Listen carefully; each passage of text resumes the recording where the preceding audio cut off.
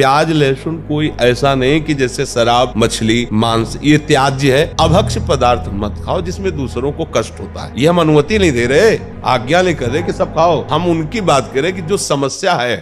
प्याज को थोड़ा वो जैसे आलू पैदा होती ना, ठीक उसी जगह उसी भूमि में उसी पद्धति से प्याज भी पैदा होता है। बस अंतर एक घोर तमोगुणी है उसका प्रभाव, इसलिए संत जनों ने उसको निषेध किया है। क्योंकि हमको तमोगुण रजोगुण त्याग कर सतोगुण होते हुए भजन में बढ़ना है, इसलिए वो कोई ऐसा पाप वाला कार्य नहीं है कि जैसे मुर्गा ये सब खाने वाले, वो कोई पाप नहीं है, पर वो भजन में विघ्न है। अभी बच्चे हो, अब जैसे कोई आर्मी में है, नौकरी में, ऐसे बड़े व्यापार में या और ऐसे पढ़ाई लिखाई में, अब उनके लिए कहते तुम ये साधु महात्मा और जो भगवत मार्ग में अच्छे से चल रहे हैं, ये उनके लिए है कि आप प्याज लहसुन कोई ऐसा नहीं कि जैसे शराब मछली मांस ये त्याज्य है, ऐसे वो उसके लिए उसी कोट से होगा जो भजन करने के लिए चल रहा है, क्योंकि तमोगुणी चीज है। लेकिन आप लोग जैसे गृहस्थ हैं, आप बच्चे हो, कोई नौकरी में है, कोई ऐसे, अब वो कहाँ पंडिताई झाड़ते घूमे कि भैया प्याज लहसुन तो हमें लगता है कि फिर बाहर आपको बड़ी समस्याएं आ जाएंगी, या तो फिर बैरागी बनना पड़ेगा, नहीं तो फिर कैसे आप एक दो दिन सेव खा के रह सकते हो।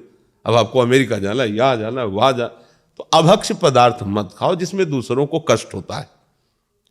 ये हम अनुमति नहीं दे रहे, आज्ञा नहीं कर रहे कि सब खाओ। हम उनकी बात करें कि जो समस्या है।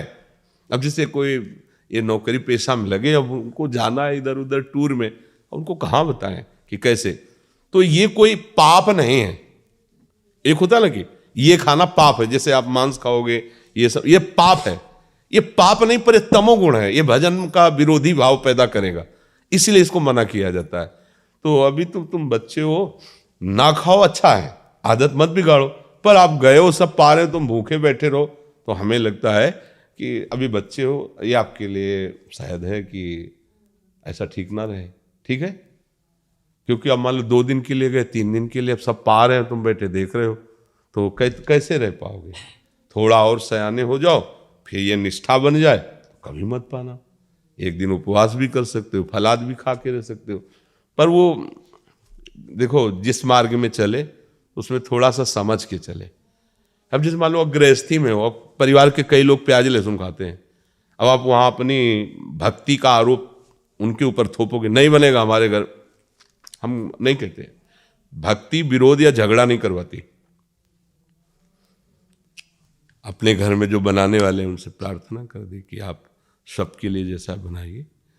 हम अपनी श्री जी के लिए चाहते हैं अगर आप बना सको तो थोड़ा बिना प्याज लहसुन का अलग पात्र में छोंक दो, रोटी वही दे दो, हम भोग लगा पा। राधा राधा राधा। झगड़ा कलह अशांति ये सब ठीक नहीं है। भक्ति तो बहुत, राक्षसों के बीच में रह के भक्ति कर रहे हैं विभीषण जी, आसपास जहाँ जिंदा आदमियों का मांस खाने वाले नरभक्षी राक्षस, ऐसे जिंदा, जैसे अपने लोग ककड़ी खीरा खाते ना, ऐसे वहाँ रांधने की जरूरत नहीं, ऐसे जिंदा गाय भैंसा ऐसे खाते हो। और एक एक नहीं कि एक भैंसे में हो गया, वो तो सो रहे थे। कुंभकर्ण जी अगर रोज जगे रहे तो सृष्टि खत्म कर दिया ऐसे खाने वाले, और उनके बीच में रह के भजन कहते हैं हमारे भजन का वातावरण ठीक नहीं है। देखो भजन का वातावरण अगर कुटिया से बाहर विभीषण निकले तो बताओ आसुरी प्रवृत्ति का बोल वाला है लंका में, केवल आसुरी प्रवृत्ति का, लेकिन वहां रह करके राम भक्ति ऐसी कर रहे हैं, भगवान कह रहे तुम सरीखे संत प्रेम हो रहे। तो अभी आप, हमें लगता है इस बात पे ना हट करना, अभी आगे जब बड़े हो जाना तो आप सुधार कर लेना। ठीक है।